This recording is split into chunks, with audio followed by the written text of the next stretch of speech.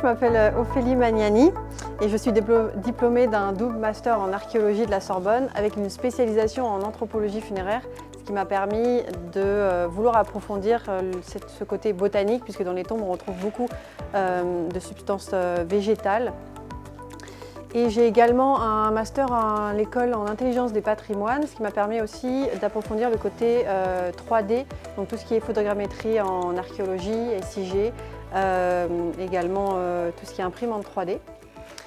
Et ensuite, je suis à l'école des plantes médicinales à Lyon en deuxième année, donc c'est sur 3 ans, et pour pouvoir approfondir justement ce côté des plantes médicinales. Comment on s'en sert, mais également comment on s'en servait avant. Donc l'archéologie va pouvoir nous aider. Et j'ai créé Herbonomade, donc herbo pour l'herboristerie et nomade puisque je bouge géographiquement un peu partout dans la France, mais également à l'étranger.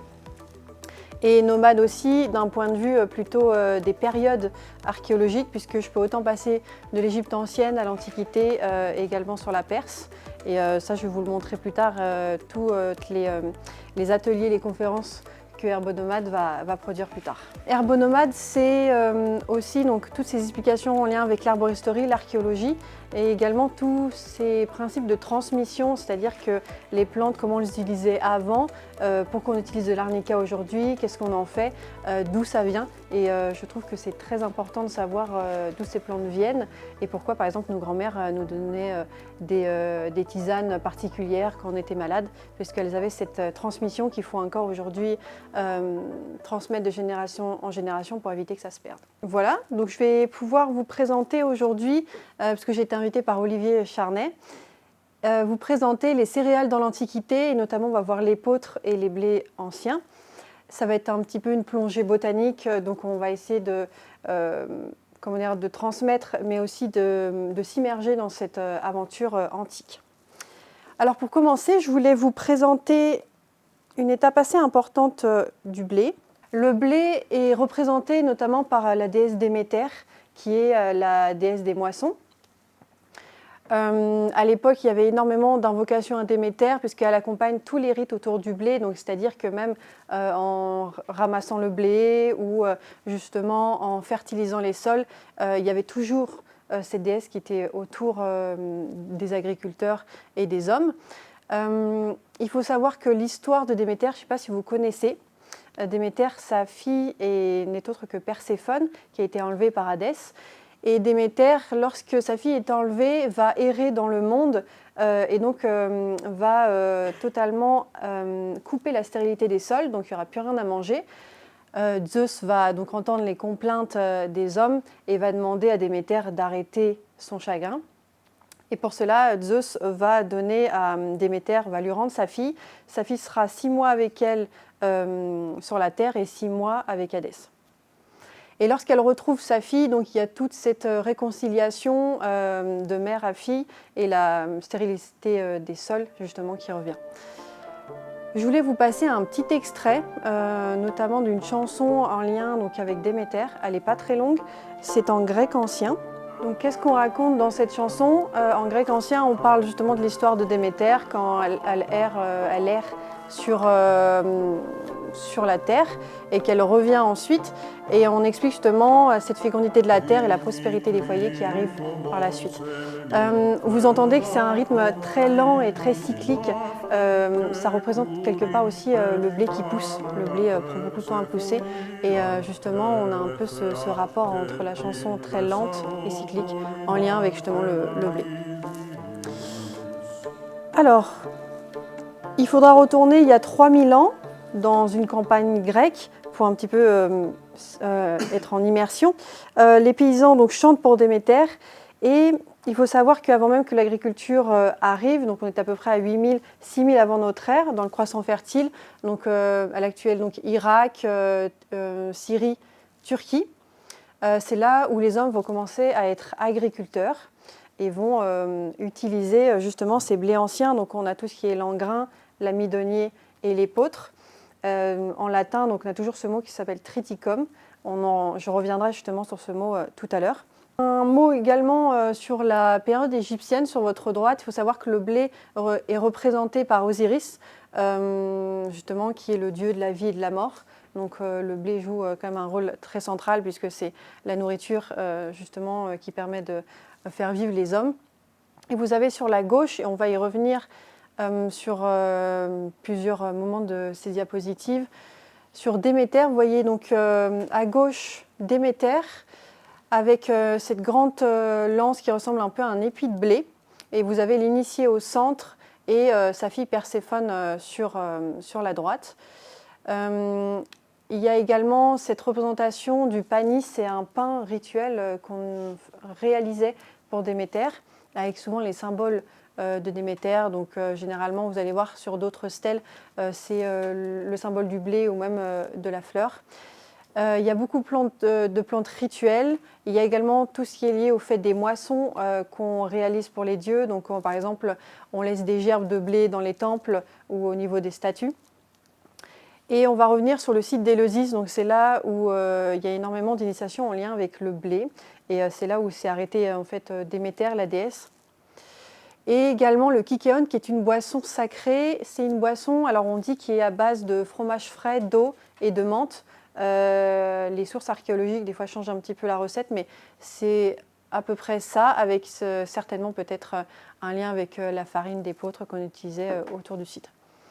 Ensuite, le pain d'épeautre, donc comme je vous le disais, est offert pour les dieux et c'est un symbole de gratitude, mais également d'abondance, puisque le blé va nourrir les hommes. Il faut savoir que le blé a des qualités qui permettent de renforcer le corps et adoucir l'humeur. Il faut savoir que dans la période médiévale, Hildegarde de Bingen disait que l'épeautre, c'est la meilleure des céréales, chaude, douce, bonne pour le sang et l'humeur. Donc même après, on redécouvre encore les bienfaits et les vertus de l'épeautre. On le reverra aujourd'hui, notamment énormément de personnes aujourd'hui utilisent l'épeautre plutôt que le pain blanc pour tout ce qui est des règles de digestion pour la santé. Donc comme je vous disais, les épis de blé dans les temples, le blé et toutes les fêtes sont liées à célébrer le cycle de la vie. Le blé, donc, c'est ce symbole de la vie, nourrir les hommes. Les grains de blé permettent de fortifier les malades. Donc c'est très bon en cette saison automnale, par exemple. La paille d'épeautre est mise notamment sous les lits pour pouvoir un effet calmant, notamment pour les enfants. Et les jeunes pousses de blé permettent également d'avoir des décoctions purifiantes pour le corps. Les jeunes blés verts également, donc ceux qui n'ont pas encore poussé, ont des vertus détoxifiantes et reminéralisantes. Donc beaucoup de vertus. Il faut savoir que la santé, comme beaucoup de choses, commence dans la terre, dans le pain que l'on rompt et dans les gestes simples du quotidien. Il y a toujours ce lien qui est important parce que dans l'Antiquité, on pensait que si on ne célébrait pas les dieux, le blé ne pouvait pas pousser. Donc il y avait toujours c'est pas un proverbe, mais je dirais cette façon de voir les choses qu'il faut toujours garder un respect pour les dieux pour pouvoir manger l'année prochaine. Donc il faut renouveler quelque part ce pacte pour pouvoir que le blé pousse dans les années qui suivent. Vous avez une stèle qui vient du site d'Éleusis qui est ici, qui représente le blé sur votre gauche, pour pouvoir vous montrer un petit peu comment était décoré aussi un site d'une aussi grande importance, puisqu'en Grèce, il y a 3 sites très importants, et je vous les répéterai après, notamment Éleusis, qui est un site d'initiation aussi. Je voulais vous parler un petit peu des outils. Les outils les plus anciens qu'on a découverts, c'est notamment les fossiles en silex que vous trouvez en bas à gauche, avec des dents qui sont collées avec de la résine, qui permettent de découper les épis un à un et à la main. Donc assez long, mais très utile.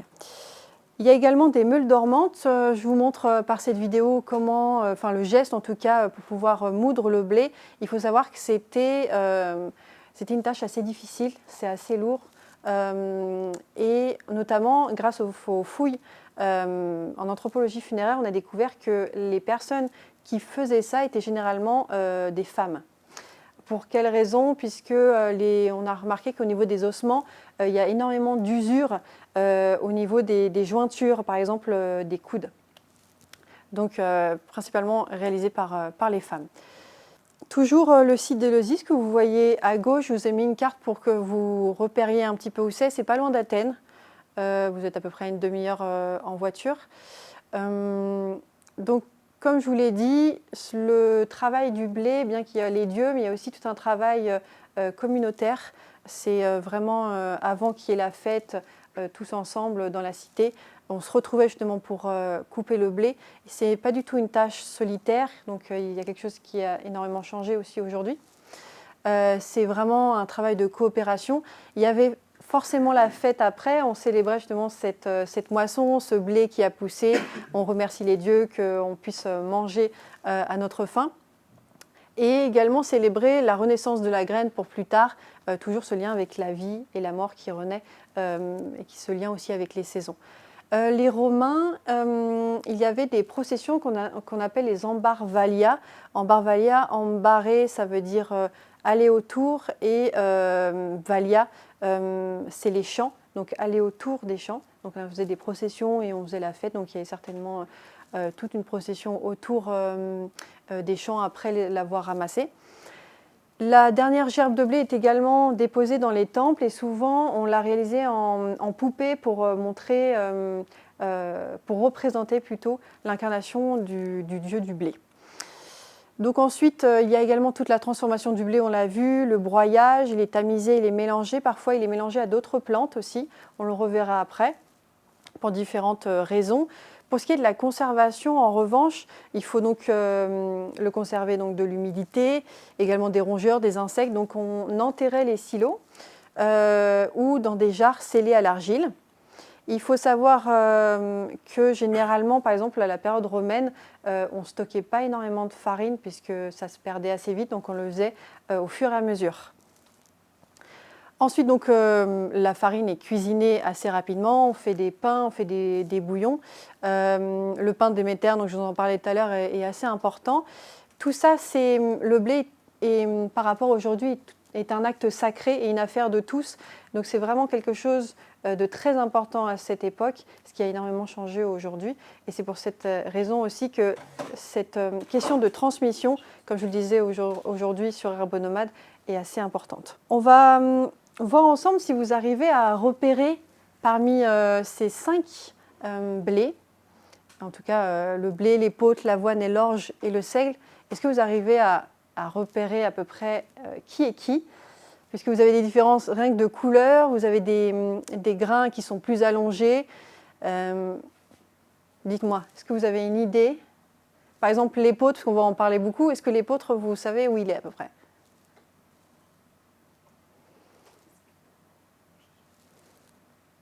Oui, dites-moi. En haut à gauche.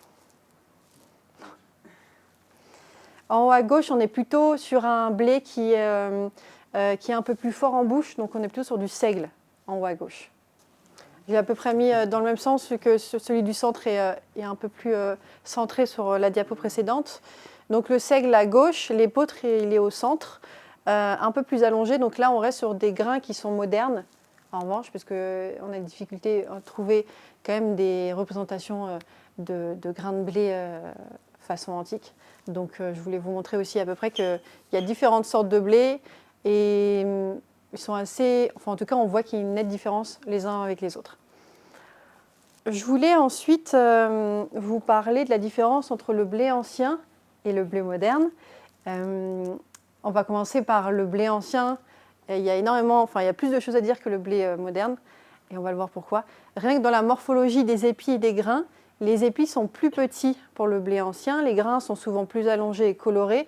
Il faut savoir que quand ils poussent, je suis allée ramasser du blé ancien à la main, parce qu'il y a des associations qui font ça, je vous en reparlerai.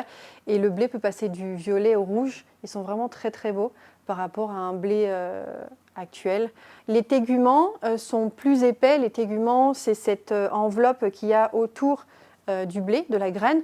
Il y a une plus grande richesse en fibres et en minéraux et beaucoup plus difficile à moudre. C'est pour ça qu'aujourd'hui, il faut savoir que le pain ancien est plus cher parce que c'est plus difficile à moudre, c'est plus long. Mais justement, comme c'est plus long, ça veut dire qu'au niveau digestif, c'est nettement meilleur et vous arrivez à mieux le digérer. Parce que plus c'est rapide à moudre, comme le blé moderne, plus vous aurez des difficultés, ou en tout cas le corps aura besoin plus de temps, parce que le corps va s'occuper justement de moudre pour vous, quelque part. Toujours dans la morphologie des épis, donc on a des grains vêtus pour le blé ancien, donc ça nécessite un décortiquage, c'est nettement plus long. C'est pour ça que le blé moderne aussi a changé, on va le voir. Dans la génétique du blé ancien, on a une plus grande diversité génétique. Il faut savoir que donc, ça a une meilleure résilience face aux stress environnementaux. On va le voir pourquoi, parce que les tiges sont bien plus hautes par rapport à des tiges de blé moderne. Donc une meilleure résilience aux stress végétaux, on a du gluten beaucoup moins fort et moins élastique, puisque la panification est plus difficile et plus longue, et donc digestibilité meilleure. Au niveau des tiges et de la culture, vous avez des tiges qui peuvent aller jusqu'à 1,50 m pour le blé ancien, c'est très haut. Et c'est pour cette raison que les blés sont différents aujourd'hui et bien plus bas, puisque les machines ne peuvent pas aller aussi haut, ou du moins il faudra avoir des machines spécifiques. Donc il faut savoir que néanmoins les tiges hautes permettent de concurrencer les adventices, c'est-à-dire les mauvaises herbes, et un besoin donc réduit d'herbicides, puisque comme elles sont plus hautes, il y a plus d'ombrage, et donc il y a beaucoup moins de mauvaises herbes. Néanmoins, comme le blé ancien est beaucoup plus épais, du moins, donc il y a l'enveloppe, donc il est plus lourd, il est plus sensible à l'averse, c'est-à-dire qu'il il peut vite pencher avec un coup de vent. Donc c'est ce problème-là aussi qu'il faut connaître dans le blé ancien. Le rendement est nettement plus faible, donc je vous ai noté qu'on est à peu près maximum 3 tonnes par hectare environ. Après, ils n'avaient pas les machines, donc est-ce qu'on pourrait monter un peu plus si on avait des machines spécifiques? Là est la question. Le système racinaire est bien plus profond et il a donc une meilleure adaptation au niveau du sol. C'est pour ça qu'au niveau des nutriments, plus le système racinaire est profond et a évolué, plus les nutriments sont nombreux, notamment en protéines. On a à peu près 18%. Contre le blé moderne, on a à peu près moins de 10%. Une richesse en oligo-éléments, zinc, fer, magnésium et sélénium. C'est pour ça que beaucoup plus digeste aussi. Le blé moderne ensuite, à côté, c'est des grains beaucoup plus uniformes, des couleurs plus claires, des épis plus compacts, un rendement accru forcément. C'est un petit peu moins beau expliqué comme ça, mais c'est la réalité des choses aujourd'hui. Pour ce qui est de la génétique, on a forcément un gluten beaucoup plus performant. Niveau des tiges de la culture, on a des tiges plus courtes, on appelle ça aussi des tiges naines, puisqu'on est à moins d'1 mètre. En revanche, puisque les tiges sont plus basses, il y a une résistance à l'averse, donc les épis ne vont pas tomber avec le vent, avec la force du vent. Mais ils sont très dépendants des intrants dans tout ce qui est les herbicides, les engrais azotés, les fongicides, etc. Il y a une nette différence au niveau du rendement, on est environ à 9 tonnes par hectare. Ça reste donc des suppositions, en tout cas aujourd'hui on sait qu'on est à peu près à ça. Le système racinaire est beaucoup plus superficiel, donc plus sensible aux sécheresses et on va voir aussi plus sensible aux maladies également, parce qu'ils ont moins le temps, un petit peu, quelque part. Le blé ancien, il a le temps de se faire une armure avec ce système racinaire. À l'inverse, le blé moderne n'a absolument pas le temps. Pour ce qui est des nutriments, donc des protéines plus faibles, il y en a quand même, mais on a une diminution de certains micronutriments qui sont quand même à noter. Je vous ai également mis 4 questions qui sont assez importantes, je trouve, pour pouvoir à l'avenir avoir ce projet justement de créer cet espace de blé ancien. Pour gérer les adventices, je vous l'avais dit, il faut des tiges hautes pour avoir cet effet d'ombrage. Le sarclage manuel est aussi important, et également le pâturage hivernal. Dans l'Antiquité, c'est ce qu'on faisait. Donc je trouve que c'est assez important d'avoir ça aussi en tête si on veut réinventer ou du moins réessayer ce système et ces blés. En deuxième point, tout ce qui est les densités et techniques dans l'Antiquité, on avait donc des semis à la volée. Je vous ai mis à peu près 40 à 60 kg de semences par hectare. Et aujourd'hui, à l'inverse, avec le blé moderne, on est plutôt jusqu'à 250 kg par hectare. Mais encore une fois, on le faisait à la volée, donc à la main. Alors certes, il y avait énormément de monde. Et aujourd'hui, les machines sont forcément un peu plus efficaces. mais tout dépend après ce que vous souhaitez. Est-ce que c'est l'efficacité et forcément des nutriments qui sont beaucoup moins meilleurs, ou prendre le temps d'être avec le blé, avec la nature, avec justement les gens autour de vous. C'est comme un petit peu les vignes, je trouve qu'il y a ce rapport qui est assez intéressant d'être ensemble, pouvoir ramasser le blé ensemble par rapport à aujourd'hui. Pour ce qui est de la fertilité des sols et la gestion, on a des périodes de jachère régulières, de repos du sol, et également l'amélioration du sol grâce au fumier, au compost végétal et tout ce qui est les cendres de bois. Donc ça, également, l'Antiquité le faisait, c'est pour ça que le sol a besoin le temps de respirer et d'avoir ces nutriments importants dans le sol. En quatrième point, je voulais vous parler de comment augmenter le rendement d'un champ cultivé à l'antique. On va répondre un peu à cette question-là. Eh bien, il faudrait pratiquer l'assolement avec des légumineuses pour fixer l'azote naturellement. Il faudrait éviter les densités de semis trop élevées pour limiter l'averse aussi. Semer tôt pour le système racinaire. Et tout ce qui est fumier animal et cendres pour enrichir les sols. Je trouve que c'est quand même des points assez importants. Tout dépend aussi où est-ce que vous le faites.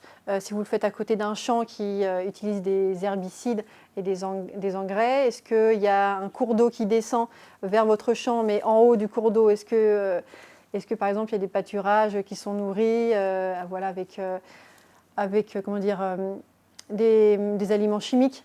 Toutes ces questions-là sont aussi à voir, puisque autour de vous, il y a forcément des rapports et puis des transmissions en fait, de champ à champ. Le blé, c'est vraiment une histoire de sélection humaine vraiment très importante, puisque c'est également un indice de puissance. Si vous voulez, par exemple, conquérir une ville, il suffit d'arrêter de nourrir les gens, en tout cas d'arrêter les stockages ou de brûler les stocks, simplement. D'où l'importance du blé. Et ce qu'on a certainement oublié aujourd'hui, puisqu'on n'a plus les guerres, donc on ne sait plus que l'importance de ce qu'on mange et comment en fait, on le reçoit. Donc il y a toute cette transmission, je trouve, qui est assez importante. C'est pour ça qu'en archéologie, et l'archéo qui veut dire ancien et logos, qui veut dire le discours, c'est toujours en fait ce discours ancien qu'il faut transmettre aux générations et garder en mémoire en fait, toutes les pratiques qu'il y avait avant.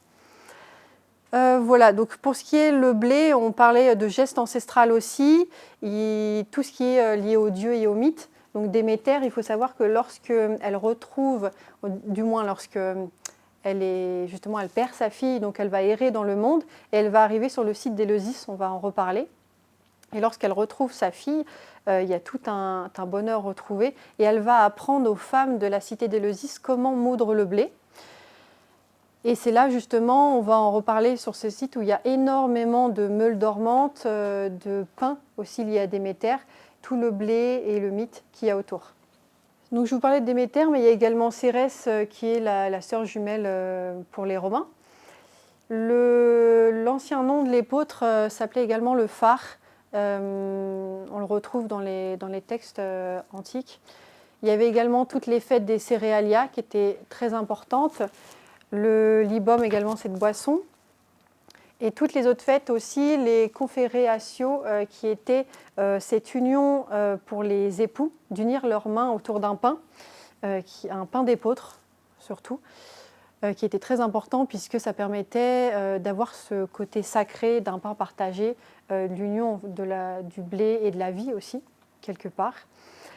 Et il faut savoir que tout ce qui est sacré passe également par la bouche, c'est-à-dire le pain, les chants et les serments.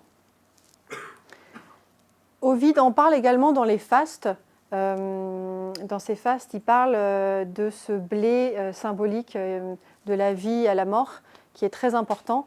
Et Virgile, dans les Géorgiques, parle néanmoins, lui, du moissonneur et de cette éternité qui continue à travers le blé et la nourriture. Et donc aujourd'hui, et en tout cas à l'époque, il y avait toutes ces mémoires de ces gestes qui sont restés. Et je trouve qu'il est très important à garder en tête aussi, d'avoir ce rapport-là.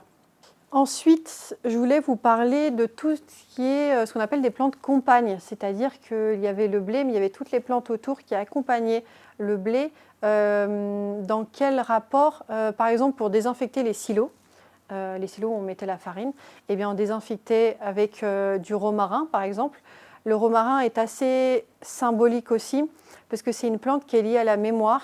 Il faut savoir que dans différents pays, on accroche par exemple des branches de romarin au niveau des bureaux lorsqu'on est en examen, puisque ça permet de se rappeler tous vos cours, tout ce que vous avez eu pendant l'année. Et ça, c'est un acte qui date de très très longtemps. Donc prenez du romarin pour vos examens, il semblerait que ça marche. Le thym aussi est un antifongique, donc on l'utilisait à désinfecter, également en fumigation dans les temples.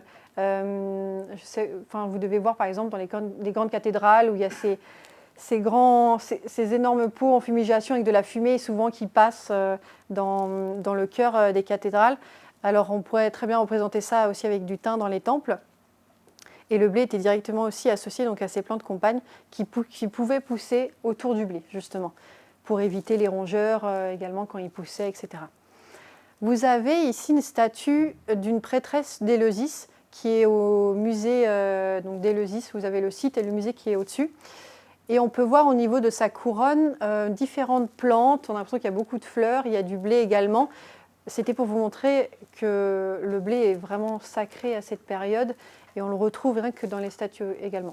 Pour pouvoir vous donner un petit peu une idée où est-ce qu'on a retrouvé le blé, je vais vous montrer différents sites. On va en parler beaucoup d'Éleusis, mais je vais vous parler d'abord des autres sites, notamment en Grèce, sur le site de Tirynthe. On est plutôt sur la Grèce mycénienne. On a retrouvé des structures de stockage pour le blé, donc associées à des silos. On a retrouvé de l'épeautre et de l'orge. Et on a pu remarquer à travers ces découvertes qu'il y a une gestion organisée des ressources céréalières sur ces sites-là. Sur le site en Anatolie, dont je vais passer le nom puisque j'ai assez de mal à le prononcer, on a retrouvé, donc ça c'est un site qui est bien plus ancien que la Grèce ancienne, mais c'est pour vous montrer aussi qu'il y a d'autres sites qui ont gardé cette mémoire des sols, cette mémoire du blé. Il y a eu des analyses en phytolithes et des macro-restes végétaux qui ont été retrouvés, notamment de l'amidonnier qui est très ancien. On a retrouvé des résidus carbonisés dans les foyers rituels, donc on peut également voir et comprendre que le blé avait une fonction cérémonielle bien avant aussi l'Antiquité. Le site d'Éleusis, vous avez le site qui est ici, le musée en fait est derrière serait dans mon dos et vous rentrez par une autre porte qui se trouve en bas. Et sur le site, on a retrouvé dans les fouilles du Télestérion justement des meules dormantes et beaucoup de mortiers. On va le repasser, mais ces préparations rituelles, on en retrouve énormément sur le site d'Éleusis, il est assez bien documenté. Je vous mets une autre photo du sanctuaire d'Éleusis à gauche, pour vous montrer à peu près comment vous pouvez le percevoir.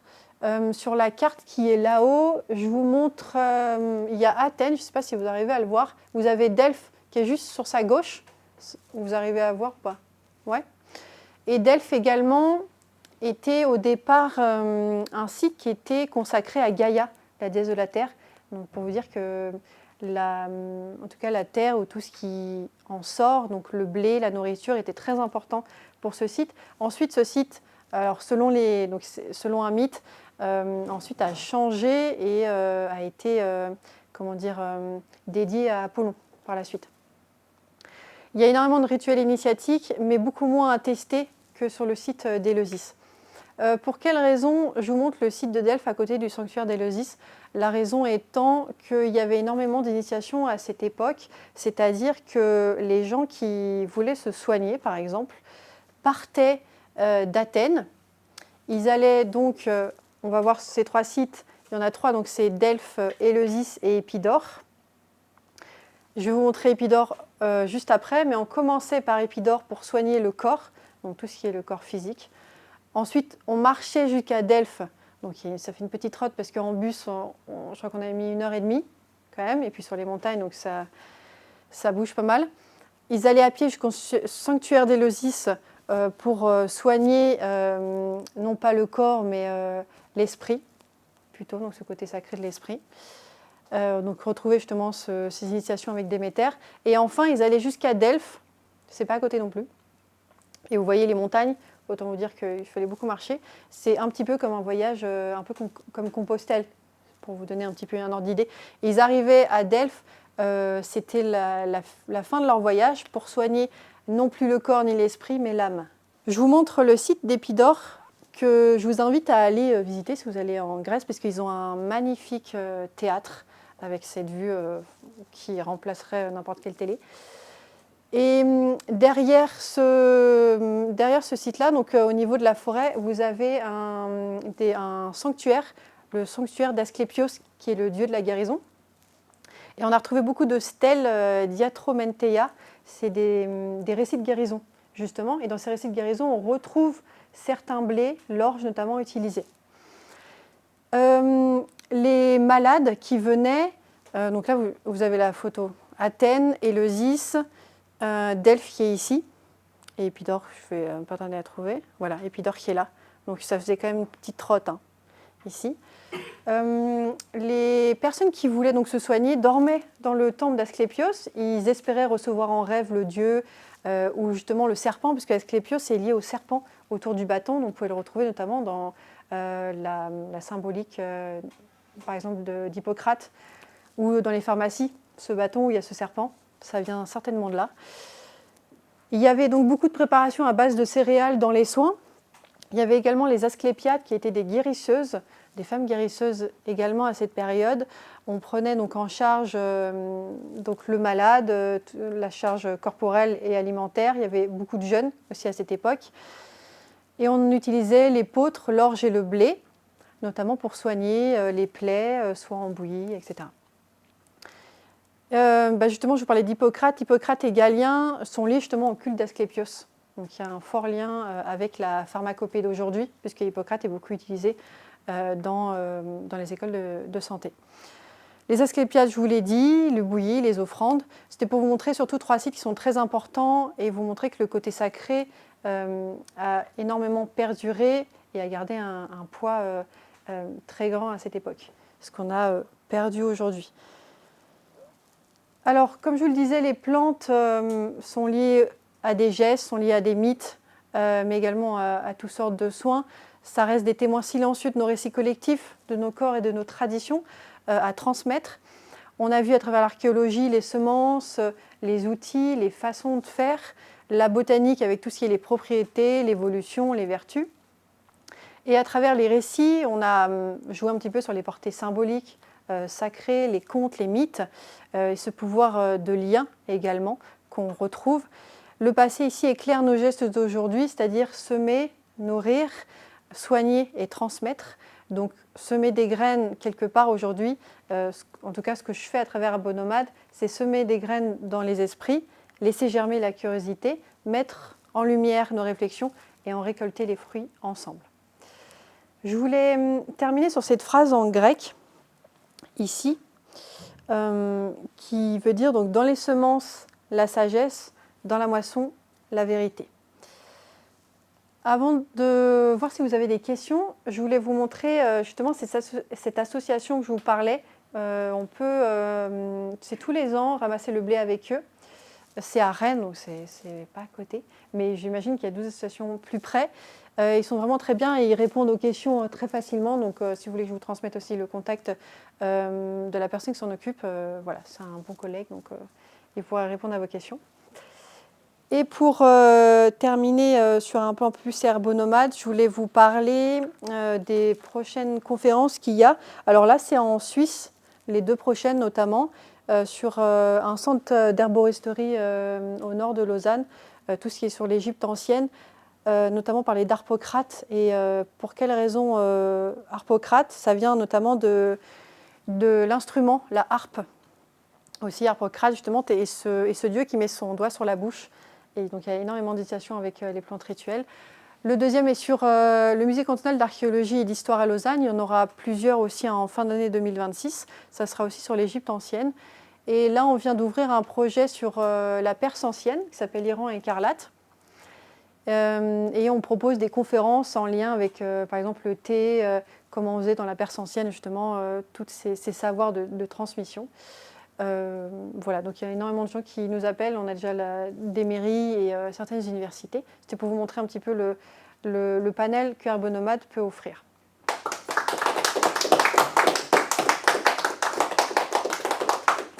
Qu'est-ce qui fait qu'une sorte de blé est utilisée plutôt qu'une autre C'est une très bonne question. Il faut savoir qu'il y a différents blés pour différentes régions. Notamment, je l'avais noté pour moi, par exemple l'engrain. On est plutôt un blé qui arrive dans le croissant fertile et c'est très répandu dès le néolithique, par exemple. C'est plutôt répandu dans les zones montagneuses. Par exemple, l'engrain va plus pousser dans les zones montagneuses et notamment sur des sols pauvres.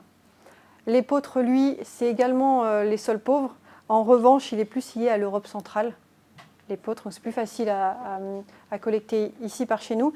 L'amidonnier, en revanche, lui, c'est plutôt pour le Proche-Orient, puisqu'il a besoin plutôt des plaines fertiles et des vallées fluviales. Donc après, peut-être que vers le Rhône, ça marcherait.